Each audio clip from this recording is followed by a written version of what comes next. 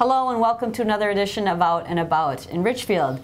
Today, Steve and I are visiting with Jean Flesher, who's our environmental health specialist, and we wanted to talk about code compliance and specifically property maintenance in the city of Richfield, the process of reporting concerns that residents might have about that.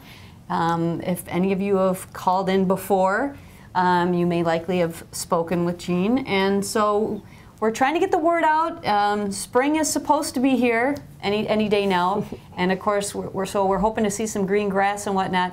So we want to make sure residents are informed as to what the process is here for the city of Richfield. If you have any questions, concerns, complaints, and learn more about what our ordinances are. So why don't you just start with taking people through the process of, first of all, how could I report a concern I have? Sure. Residents in Richfield or anybody in the city can contact the environmental health area.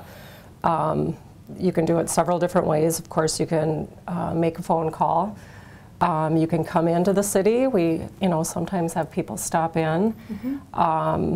Or you can go on the city website, and there is an area. It's very easy to find. It's right on the front of the screen where you can put the information in there. Just so people know, you can remain anonymous. There is a state law that prohibits us from giving out information as to who's complaining, so that's never a concern. If you don't want to give out that information, you don't have to.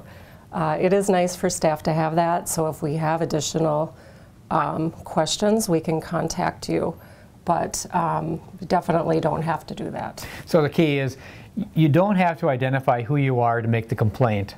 Correct. But you would like to know who they are, because if we need to do follow-up. But I think the things that people are most concerned about, they are so concerned that they're going to notify environmental health that there's an issue, and somehow the city's going to notify that person who told, who called it. And that's never going to happen, right? That's correct, Steve. Never. We don't give out that information. You're right, that never happens. And oftentimes it's not just a neighbor.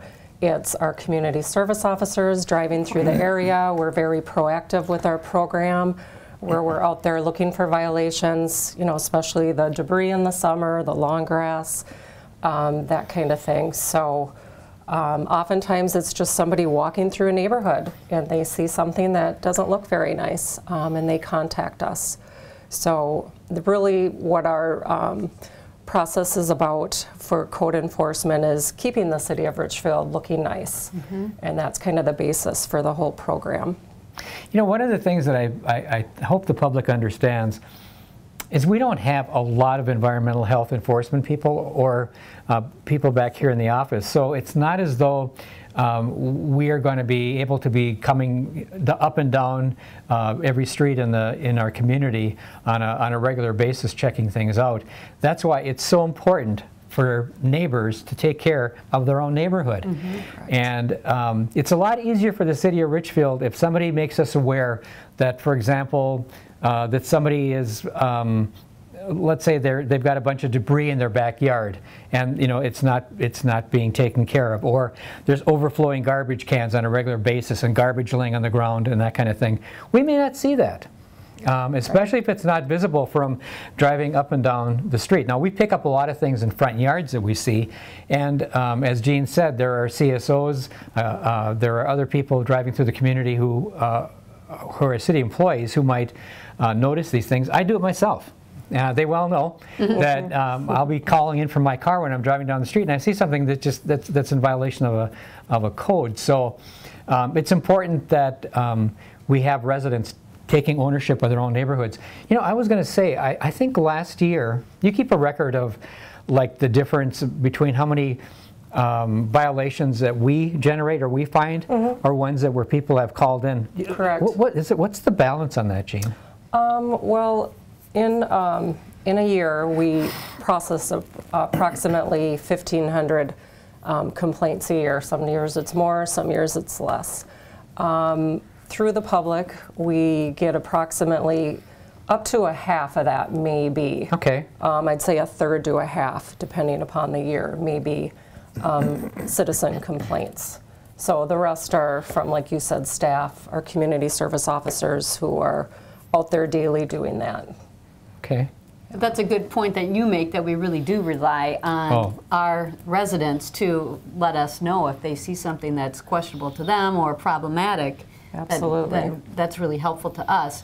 How if someone has a question, they see something, they're not quite sure, is this a violation or not, how can they find out, like, what our codes are? You could go on the city website and look at the city codes there. We also have an area under Public Safety Support Services that would take you to our most common ordinance violation list, and that kind of walks you through a lot of the most common ones. So you could see it both through that way and then looking directly for the ordinance. If you're not clear on how to get there, or you want to just call in, you can contact the environmental health staff, and we'd be happy to answer your questions. Well, the other thing, Gene, I mean, there's no penalty. I mean, if you think something, well, I don't know if this is a violation or not. It doesn't look good, but I don't know if I should call in or not. I mean, it's no big deal if they call in and it's not a violation. I mean, we would just as soon be in a position of being able to decide whether or not it's a violation or not. For example, the length of grass. I mean, doesn't the ordinance say your grass can only be so tall before you have to cut it? That's right, Steve. It's 6 inches. Okay. Anything over is in violation. So, you know, if grass isn't over 6 inches, we aren't able to do anything about it. We can only enforce what ordinances we have and what the ordinances state. So, you know, that's a good point. I imagine that there are things that bother people within neighborhoods that they don't like, but might not be in violation of a city ordinance. And you find that happening sometimes? You get called yes, on it? Okay. Absolutely. And if we're speaking to someone directly, or if somebody sends an email and we can get back to them, we will let them know that that isn't a code violation. We may suggest that they try to contact if it's a neighbor directly, and work it out just by talking to them. Even if it is a violation, we have found that neighbors really appreciate just trying to work it out together instead of always calling the city. Oh, so people, yeah. Well, if they'd have told me that was really bothering them, that my grass was too high, or that I had a pile of whatever, I would have got rid of it, kind of thing. Right. Okay. Rather than, oh, you know, you had to call the city, or somebody called the city. They don't know who, but. Yeah.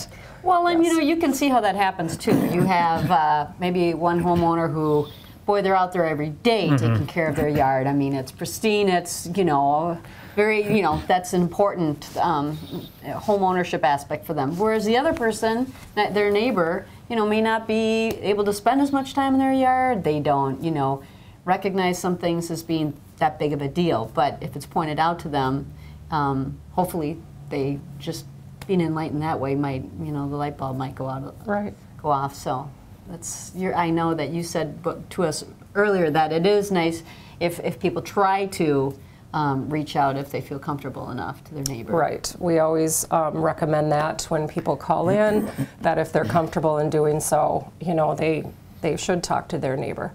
If not, then we're happy to go and check it out. So there's also a mediation service that we refer people to if there is not a code violation.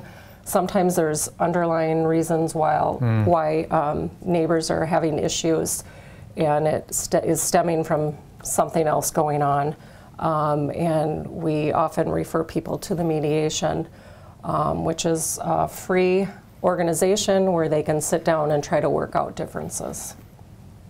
I think the bottom line is, with summer coming up, and it's not just a summer thing, but you know, in the winter times, or even now in April, snow covers lawns, and you know, it covers up a lot of the things that you're looking at in the summertime. But it is important, I believe, for every neighborhood to look good. Neighborhoods that look good, where the lawns are kept up and there's not a bunch of debris around, those neighborhoods look safer, and they feel safer. And I think those are the kind of things that reflect on what the value of people's properties, and just how comfortable you are living in your neighborhood. So it's important that people take responsibility for their neighborhoods. And you know, sometimes you're going to find There are some people that have just a whole different value system of the rest of the neighbors. They don't care if their grass is cut. They don't care if there's, piles of debris or stuff in their yard. And in those cases, it's up to the city, if we become aware of it, to deal with it, to make sure our neighborhoods look good. But that's the bottom line, is making a clean, safe environment for our community. That's right. If anybody wants to contact Environmental Health with questions, or if you have a concern about a neighbor property or a complaint, the phone number is 612-861-9880, or you can go on the city website and shoot an email as well. Well, thank you, Jean. I hope this has been helpful, and we're going to be doing some other stuff too, some PSAs on just the specific kinds of violations that we're going to be probably encountering this summer, correct? Yes. And so people can watch those PSAs and become more informed about what is acceptable and what's not acceptable in our community as far as the standards of keeping properties looking good. That's right. Well, thank you for taking the time. I know that this starts your busy time of the year, Jean, and from now until about when the snow falls again, and let's hope that's next December maybe. Yeah. You're going to be busy with all these kinds of notifications and dealing with property maintenance issues. Yep. So thanks for taking the time to meet with us. You're welcome. I hope it's been helpful to you in in the various neighborhoods about what you can do to keep Richfield looking great. And until we see you next time out and about in Richfield, take care.